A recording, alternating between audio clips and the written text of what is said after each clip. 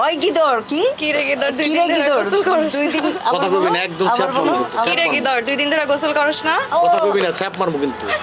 আমি তো ঈদটা বরিশালে করেছিলাম, সো আমি আমার ফ্রেন্ডের বাসায় ছিলাম একটা, তো ওরা হচ্ছে জয়েন্ট ফ্যামিলি, তো এভরিওয়ান লাইক সবাই হচ্ছে একসাথে বসে তোমাদের গল্প দেখছে। অ্যান্ড ঢাকা আসার পর মা আমাকে বলে আমার মেজো মামা মারা গেছেন, তো মা বলে যে দেওয়ার ওয়াজ এ সিন লাস্টে মিঠু আপা বলে যে আমার রাঙ্গা ভাইজান মানে অনেক ফর্সা ছিল, রাঙা ভাইজানকে হচ্ছে যে আমি অনেক ভালোবাসতাম, দেখতে একদম রাঙা ভাইজানের মতন হয়েছে। সো আমার মা ওই সিনটা ওয়াজ একদম মানে থাকে না মানে ইমোশনালি আর কি কানেক্টেড হয়েছে। সো তোমাদের গল্পর প্রত্যেকটা সিকোয়েন্স এতটাই হচ্ছে ফ্যামিলির সাথে ইন্টার কানেক্টেড, মানে আমার আশেপাশে যারা ছিল, আমার মেজো মামি ফোন দিছে আমাকে কাজটা দেখে। I want to mention a director Shankhadas Gupta, উনি আমাকে পার্সোনালি স্যার উনি আমাকে টেক্সট দিয়েছে যে মানে কন্টেন্টটা ইটসেলফ ওয়াজ আ ওয়েপন এই কাজটাতে, মানে আসলে গল্পটাই মেইন। প্রত্যেকেই প্রথমেই ফোন করে বলে যে আমাদের গল্প নাটকটা দেখে কান্না করে দিয়েছি।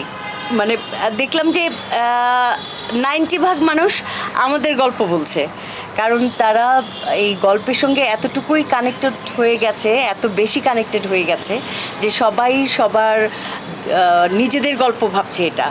এটাই আমাদের তোমাদের গল্পের সার্থকতা, যে তারা বলছে আমাদের গল্প, মানে সবাই যার যার সাথে কানেক্ট হতে পারছে এই গল্প থেকে। কি বলো জোবান? যদি চরিত্রে গিদরটা বলা হয়, চরিত্রে গিদর বলা হচ্ছে আমার বোন।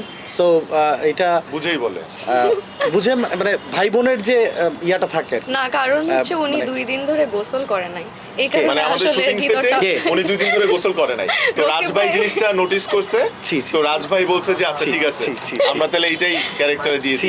আমরা সচরাচর যেসব নাটক দেখি সেটাতে ক্যারেক্টার ওরকম দেখি না। আমাদের এখানে মানে পর্যাপ্ত ক্যারেক্টার রাখা হয়েছে। সো এখানে মানে ঘাটতি নাই, যেটা একটা মানে পারিবারিক স্টোরি দেখানোর জন্য যেটা দরকার, আশা করি ডিরেক্টরের মানে ম্যাজিকটা ওইখানেই ছিল। আমার তো এটা প্রথম কাজ, জন্য এটা আমার প্রথম কাজ, জন্য আমি একটু নার্ভাস ছিলাম, কিন্তু আস্তে আস্তে কাজ করতে করতে রাজমামা আমাকে যে লাইনগুলো বললো ওগুলো আস্তে আস্তে মেমোরাইজ করেছি, আমি ওইভাবে বলেছি। এগুলো সব বলতে বলতে আস্তে আস্তে আমার বেশি হার্ড মনে হয় নাই। এখন সামনেও ইনশাল্লাহ আমি আরও করতে চাবো, কারণ অনেক ভালো লেগেছে এবার এই ফার্স্ট কাজ এটা আমার। টানা সপ্তমবারের মতো বেস্ট টিস্যু পেপার ব্র্যান্ড হিসেবে স্বীকৃতি পেয়েছে বসুন্ধরা টিস্যু। আমরা যখন বানানোর আগে থেকে একটা প্ল্যান ছিল যে কোনো না কোনো ভাবে নাটকটা মানুষের জীবনের সাথে কানেক্ট করানো, তো সেটা মনে হয় আমরা পারছি, আমরা সবাই সাকসেস। আর এই সাকসেসটা আমার একার না, পুরো টিমের সাকসেস। রাইটার, ডিও, মিউজিক ডিরেক্টর, সব আর্টিস্ট, টেকনিক্যাল টিম সবার সাকসেস এটা। সবার দায়িত্ব যে ডিরেক্টরকে প্রেশারাইজ করা, যে আমি এই ভালো গল্প না আনতে পারলে আমি ডেট দিব না, প্রয়োজন আমি বাসায় বসে থাকবো। সো এইটা কিন্তু করতে হবে। হ্যাঁ, সো আমার মনে হয় যে ধরেন পারিবারিক গল্পটা আপনাদের ভালো লেগেছে, কিন্তু আগামীতে যদি সেম প্যাটার্নেরই আরেকটা গল্প করি, ওটা ভালো নাও লাগতে পারে। So we have to come up with some new ideas, right?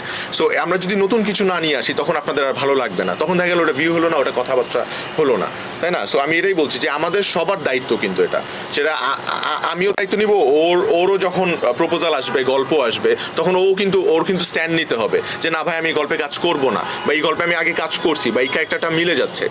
So এটা আমার কাছে মনে হয় যে সবারই দায়িত্ব।